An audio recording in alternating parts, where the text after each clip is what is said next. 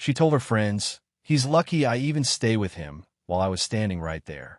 I didn't say a word, just smiled and left.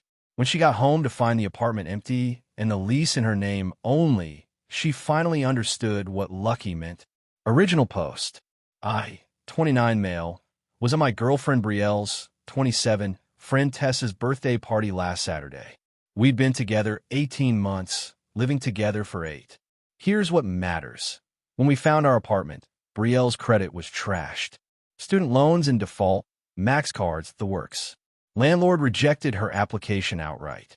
But she loved the place, so we made a deal. I'd pay the security deposit, $2,800, first month's rent, $1,850, and cover rent going forward. In exchange, the lease went in her name only to help rebuild her credit.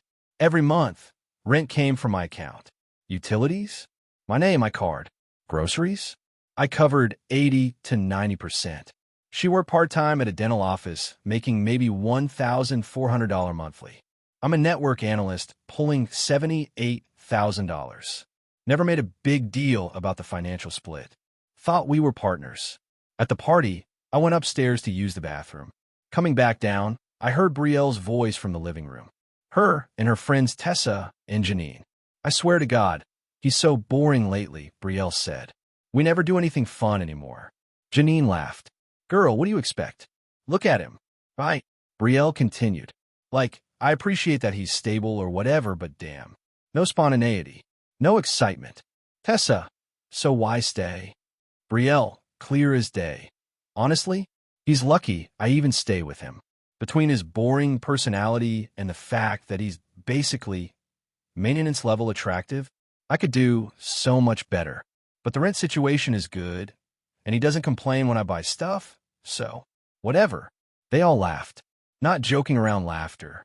Genuine agreement. I stood there maybe 10 seconds. Everything suddenly made sense. The phone checking, the late work excuses, the general disinterest in anything involving me. I walked right past the living room. Brielle saw me, panic flashing before her normal smile appeared. "Hey babe, we were just talking about you." "Yeah, I bet." Kept my voice light. "I'm gonna head out. Not feeling great." "Oh no. Want me to come with?" "Nah, stay. Enjoy the party. See you at home." Kissed her forehead. Left. Got in my car. Call my buddy Devin. "Can I crash at your place for a bit?" Sure. "Everything okay?" "Will be." Called an emergency moving company. Explained I needed out within 48 hours. Sunday evening, $850. Done. Drove home. Started sorting everything into 3 piles. Mine, hers, unclear. Took photos for documentation. Left all the unclear stuff. When Brielle came home around 2 a.m., I was folding clothes. She went to bed like nothing happened. By Sunday evening, movers showed up. Loaded everything of mine. My couch, TV desk, bed frame, kitchen appliances, clothes, books, everything. Left her stuff exactly where it was. Took 90 minutes. Earlier, I'd handled the important stuff. Contacted utilities, all in my name. Scheduled shutoffs for end of month. Emailed her the account numbers. Canceled next month's rent check. Called the landlord professionally. "I'm moving out. My name isn't on the lease. Payment arrangement is ending. Brielle handles rent now." Returned my key to building office with a dated note stating I was vacating. Rent was due on the 1st. It was the 23rd. She had 1 week. Left a printed note on the counter. "Brielle, overheard your conversation with Tessa and Janine. All of it. You made it clear how you feel, so I'm making it easy. I moved out. Utilities is shutting off end of month. Details in your email. Rent due on the 1st. Lease is in your name. That's on you. Everything here is yours. I took only my belongings. Good luck finding someone exciting enough. Jake." Left my key under it. Walked out. Got to Devin's. Turned off my phone. Went to sleep. Update 1. Turned my phone on Monday morning. 73 texts. 28 missed calls. Started Sunday, 10:45 p.m. "Hey, where are you?" Progressing to "Why is the apartment like this then? Are you serious right now?" And by midnight, "Okay, I read your note. You're overreacting. It was just girl talk." And finally at 2 a.m., "Please, Jake, don't do this. I love you." Monday morning, You have to help me with rent. You can't just stop paying. This is my apartment. Didn't respond. Verified with my bank the rent payment was stopped. Confirmed utility shutoffs. All set. Block her number around 9 a.m. By noon, calls from other numbers started. Tessa. Jake. Brielle is freaking out. You need to call her. Me, nah, I'm good. Don't be childish. Everyone vents to friends. Everyone tells their friends their partner is lucky to be with them, that they're maintenance level but stick around for rent money. Silence. She didn't mean it like that. Cool story. Don't call again. Hung up. Blocked. Tuesday, Brielle's mom Candace called. Jacob, we need to discuss what you've done to my daughter. Hello, Candace. There's nothing to discuss. I moved my belongings out of an apartment I wasn't on the lease for. You left her with an entire apartment to pay for. She can't afford that. Maybe she should have thought about that before publicly humiliating me. It was private girl talk. Wasn't that private? I heard every word. If that's how she feels, she's better off without me. You're ruining her life. She ruined her own life by disrespecting her partner. Actions have consequences. Hung up. Blocked. Thursday, email from Brielle's work account. Long apology. Didn't mean it. Was stressed. I'm the best thing in her life, etc. Ended with, Jake, I can't afford this apartment alone. Rent is $1,850 and I make $1,400 a month. I have $340 in my account. Rent is due in 5 days. Please, either come back or at least cover this month. I'll pay you back, I swear. Didn't respond. Forwarded to Devin. Friday, 3 days before rent, Devin's phone rang. Janine, on speaker. Look, Brielle messed up, but Jake is being ridiculous. He's basically making her homeless over something she said in private that he wasn't supposed to hear. I took the phone. So, it's okay to trash talk your partner as long as they don't find out? Jake, she was drinking and venting. You know how girls are. She said I was boring and unattractive, that she could do better but stays because I could pay for everything. That sounds specific to me. She was exaggerating. Well, now she doesn't have to settle. She's free to find someone better. You're really going to let her get evicted? I'm not letting her do anything. She signed a lease. She's an adult. This is abusive. Abusive? I removed myself from a situation where I was used and disrespected. That's self-respect. Hung up. Saturday, I got a LinkedIn message from Tessa. LinkedIn. Jake, Brielle has nowhere to go. Her mom can't take her in. They're in a 1-bedroom. She applied for cheaper apartments, but can't move in without deposits. At least pay 1 more month, so she has time. Deleted it. Sunday night, Brielle showed up at Devin's building entrance buzzer, crying, asking to talk. I told Devin to tell her no. She left after 20 minutes. Monday, rent day. New number. I had to borrow $2,000 from my mom for rent plus overdraft fees, and now I can't afford food or gas, and the utilities got shut off, and it's all your fault. I replied once. You made it clear how you felt about me. I removed myself from that situation. The lease being in your name was your choice. I fulfilled my side while we were together. We're not together anymore. Blocked that number. That was 2 weeks ago. Devin says Brielle moved back with her mom after Candace threatened divorce when her stepdad refused initially. I'm doing okay. Found a 1-bedroom for $1,250, moving in next month. Work's been a good distraction. Janine posted something vague about toxic men who abandon women over nothing. Some mutual friends reached out, privately supporting me completely. Brielle's learning consequences exist. That maintenance level guy she kept around for rent money, he can leave whenever he wants. Update 2. 5 weeks since I left. Things got weirder. Week 3, the building manager Larry called me. Jake, we've got a situation. Brielle's rent check bounced. She's facing eviction. Okay, why are you calling me? You paid for months. She listed you as emergency contact. Maybe you could. No, I'm not on the lease. Never was. I paid as a courtesy while we were together. We broke up. This is between you and Brielle. She told me you promised to cover 3 months to help her transition. I laughed. That's completely false. I made no promise. I moved out and ended the relationship. 0 obligation. 2 days later, my boss called me to his office. I got an interesting call from someone claiming to be your girlfriend's mother. Said you abandoned her daughter, leaving her homeless, and it's affecting your work performance. I explained everything. The overheard conversation, the lease situation, the systematic exit. He nodded. So she called your workplace to, what, get you fired? Guess so. Well, it failed. But document everything. You might need a restraining order. That weekend, Brielle showed up at Devon's with Candace and Janine. Devon was out, but his girlfriend Zoe called me. Your ex is here with 2 women banging on the door, demanding to know your apartment number. Call building security now. Security escorted them out. Brielle was sobbing, saying she needed to talk, that I'd ruined her life. Next day, email from Brielle to my work account. Jake, I know you hate me, but what you're doing is worse. I borrowed $2,000 from my mom. I can't pay back. I'm working extra shifts, but it's not enough. Utilities cost $180 to reconnect. I'm barely eating. Credit destroyed from the bounce check. Getting evicted next week. Had to sell my TV. My mom is furious. Lost Janine as a friend because I borrowed $300 from her I can't return. All because you decided to be vindictive over something I didn't even mean.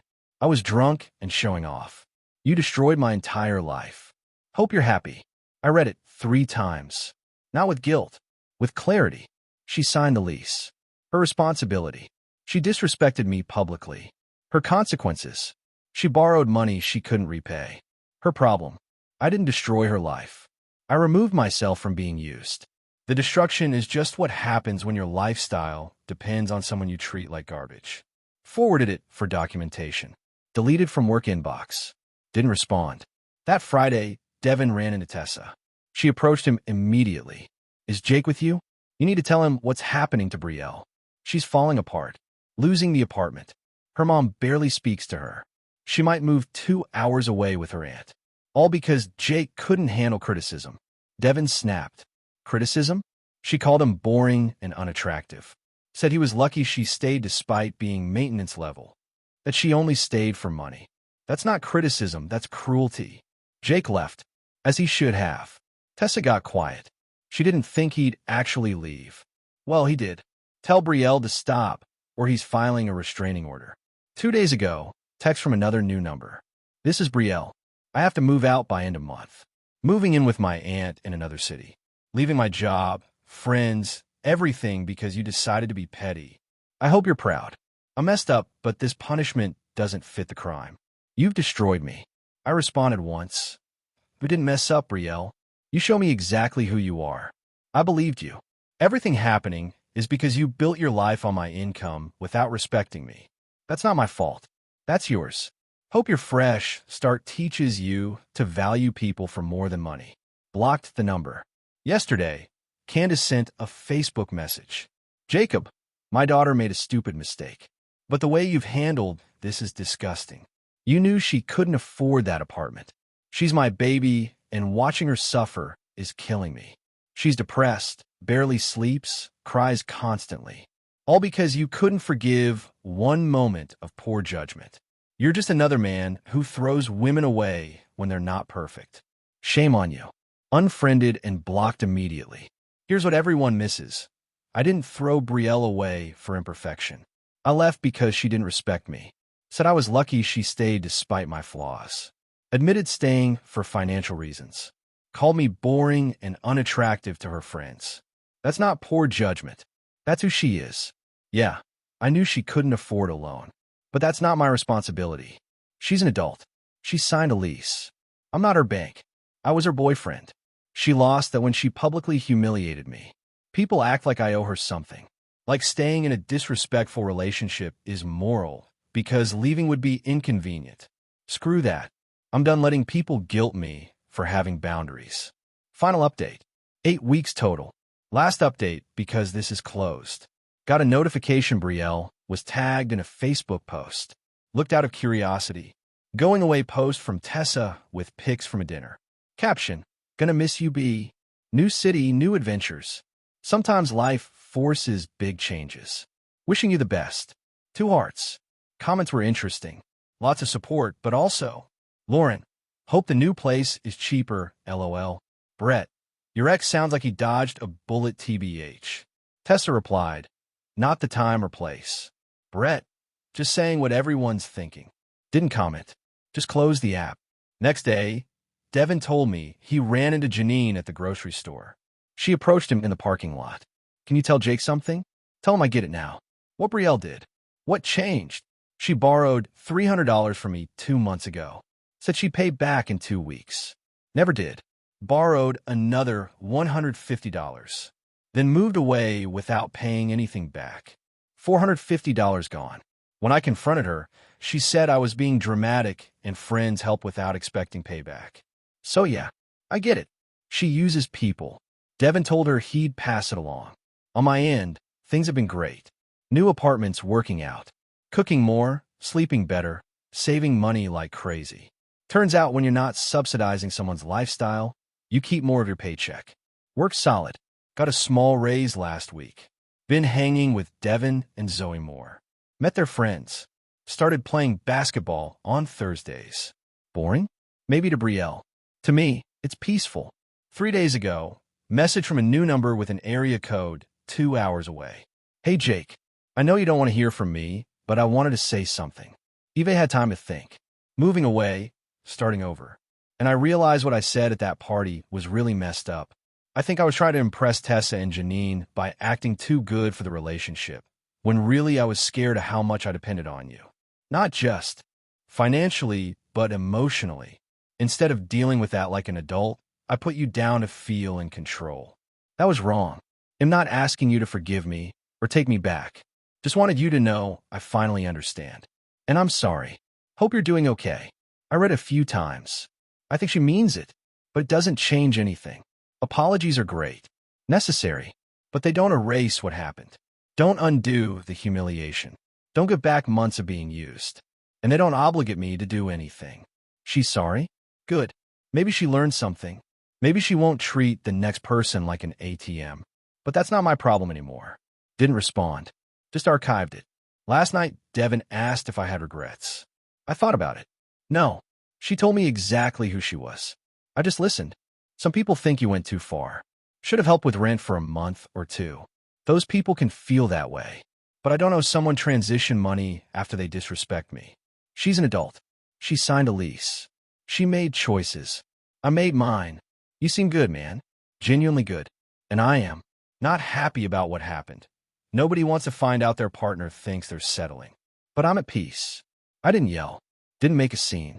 Didn't blast her publicly. I just quietly removed myself from a situation where I wasn't valued.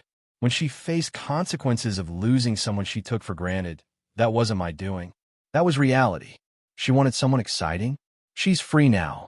Thought I was lucky to have her. She can test that theory with the next guy. I learned something important. Never stay with someone who makes you feel like you're not enough. Never subsidize someone who doesn't respect you. And never ignore what people say when they think you're not listening. Because that's when they tell the truth. Brielle moved away. I moved on. Life continues.